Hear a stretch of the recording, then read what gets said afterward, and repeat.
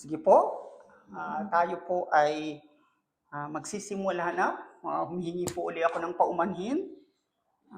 Tayo po ay punta po tayo sa sulat ni Apostol Pablo sa isang tao na nangangalang Tito. Titus chapter 3 verse 1 to 4.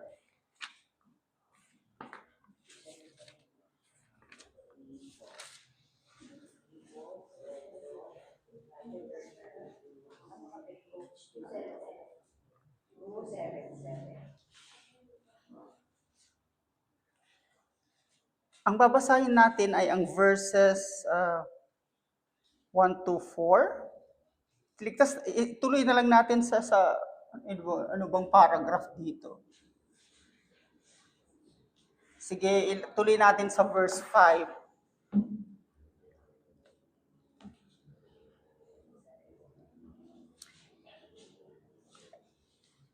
Ito pong simula sa verse 1. Paalalahanan mo ang mga kapatid na magpasakop sa mga pinuno at may kapangyarihan. Sundin ng mga ito at laging maging handa at paggawa ng mabuti. Sabihan mo silang huwag magsalita ng masama laban sa kanino man. Umiwas sa pakikipag-away at maging mahinahon at magalang sa lahat ng tao. Noong una tayo ay mga hangal, hindi masunurin, naliligaw at naging alipin ng makamundong damdamin at lahat ng uri ng kalayawan. Naghari sa atin ang mga masamang isipan at pagkainggit. Tayo'y kinapupuutan ng iba at sila'y kinapupuutan din natin. Ngunit nang mahayag ang kabutihan at pag-ibig ng Diyos na ating tagapagligtas, iniligtas niya tayo, hindi dahil sa ating mabubuting gawa, kundi dahil sa kanyang habag sa atin. Tayo iniligtas niya sa pamamagitan ng Espiritu Santo na naghugas sa atin upang tayo ipanganak na muli at magkaroon ng bagong buhay. Purihin ang Panginoon sa pagkakabasa ng kanyang salita. Naway dagdagan niya ang kanyang pagpapala sa pamamagitan ng pagliliwanag nito sa ating mga isipan at ito ang maging udyok niya sa atin para tayo ay makasamba ng tama. Manalangin po tayo uli. Panginoon, kami po ay nagpapasalamat, nakarating po kami dito sa lugar na ito ng matiwasay. Salamat mo rin po sa pag-iingat mo po sa amin sa daan, O Diyos. Pagpalain mo po ang iyong mga hinirang, ang iyong mga anak dito sa lugar na ito at itaas mo ang iyong pangalan. Ito ang aming dalangin sa ngalan ng anak na si Jesus. Amen. Naglipa na ang mga masasamang tao. Laganap ang mga baluktot na mga ideya, mga katwiran. Marami ang nagtatanggol sa kasinungalingan. Pinagtatanggol rin ang mga mali. Mula sa mga karaniwang tao hanggang sa mga nakaupo sa kataas-taasang posisyon, tila silang lahat ay salat sa prinsipyo, salat sa kagandahang asal. Lumingon ka sa kanan, naroon ang kasamaan. Lumingon ka sa kaliwa, naroon ang kadiliman. Sa ganitong kalagayan, malakas ang tukso para sa atin na tubugon sa mga paraang hindi nagbibigay luwalhati sa Diyos. Ungodly response. Sasabihin natin, yaman din lamang na walang pakialam sa batas ang iba. Lawless ang mga tao, magiging lawless na rin ako. Di na rin ako susunod sa batas. Bastos sila, kaya bastusan na lang ang laban. Bastusin ko na rin sila. Napupuot sila sa akin, napupuot rin ako sa kanila. Nasusuklam sila sa akin, mas kasuklam-suklam sila. Mga kapatid, ang mga gatito ay hindi na bago. Hindi po sa panahon lamang natin nangyayari yan. Kaya mayroon po tayong passage tulad din nito. Laganap rin naman ang kasamaan at kadiliman sa kapanahunan ng sinaunang iglesia. Ngunit ang bilin ni Apostol Pablo kay Tito na isang pastor sa isla ng Creta ay ganito ang kanyang ipinapaalala: maging mapagpasakop sa mga otoridad at maging masunurin sa batas. Huwag mapanirang puri, kanino man. Huwag maging palaaway. Maging maamo sa pakikitungo sa bawat tao. Bakit? Sapagkat tayo rin naman ay tulad din nila dati. Wala rin naman tayong pinagkaiba sa kanila noong hindi pa tayo inililigtas ng ating Panginoon. Dati-rati ang buhay mo ay sadlak rin sa kasamaan at kadiliman, tulad din ng iba. Ang tanging dahilan kung bakit hindi ka tulad nila ay hindi dahil sila ay likas na masama at ikaw ay likas na mabuti. Hindi ganon. Ang dahilan kung bakit iba ka ay nasa verse 4. Ikaw ay nakaahon mula sa putik ng kasamaan at kapahamakan dahil sa pagkakahayag ng kabutihan at kagandahang loob ni Hesukristo na ating tagapagligtas. Pagpapatuloy ni Apostol Pablo sa verse 5, ikaw ay kanyang iniligtas, hindi dahil sa mas mabuti kang tao kaysa iba, kundi dahil sa habag ng Diyos.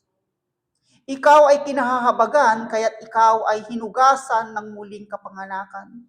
Ikaw ay kinahabagan, kinaawaan, kaya ikaw ay binago. Ang lahat ng ito ay sa pamamagitan ng Banal na Espiritu. Tunay na nakalulungkot ang mga pangyayari.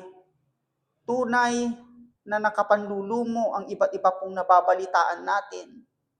Kung kayo po'y nanonood ng mga balita, tunay na nakakagalit kung minsan.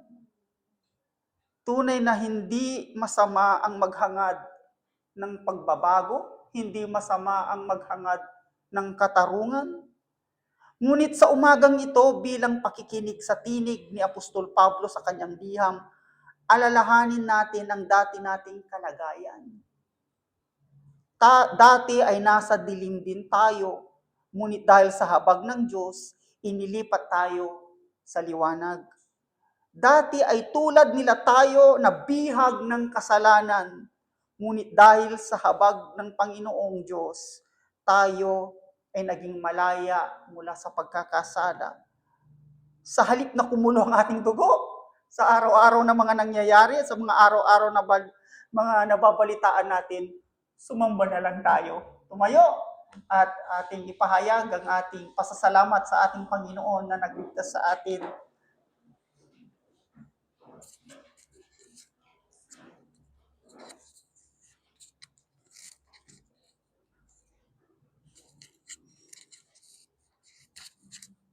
Panginoon, kami po ay naririto bilang isang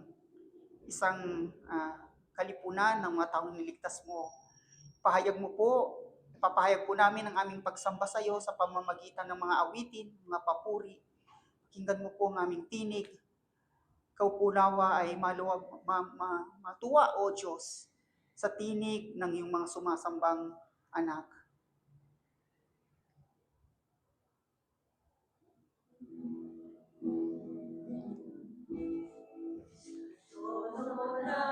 Diyos sa taas, ako'y may pansahong sapat, haring kalanay pag-ibig, para sa kinamamalhig, aking alay na kasulat, sa kanyang aklat at palad, dahil siya'y nasa langit, sa Diyos ay nakalalapit, sa Diyos ay nakalalapit. Tuksuin man ang dyablo at usigin sa sala ko, si Kristo ang aking pansagot, sala'y minsan ang hina ko. Dahil si Kristo'y namatay, ako'y lumayat na buhay, ako'y pinawalang sala ng Diyos ng dahil sa Kanya, ng Diyos ng dahil sa Kanya.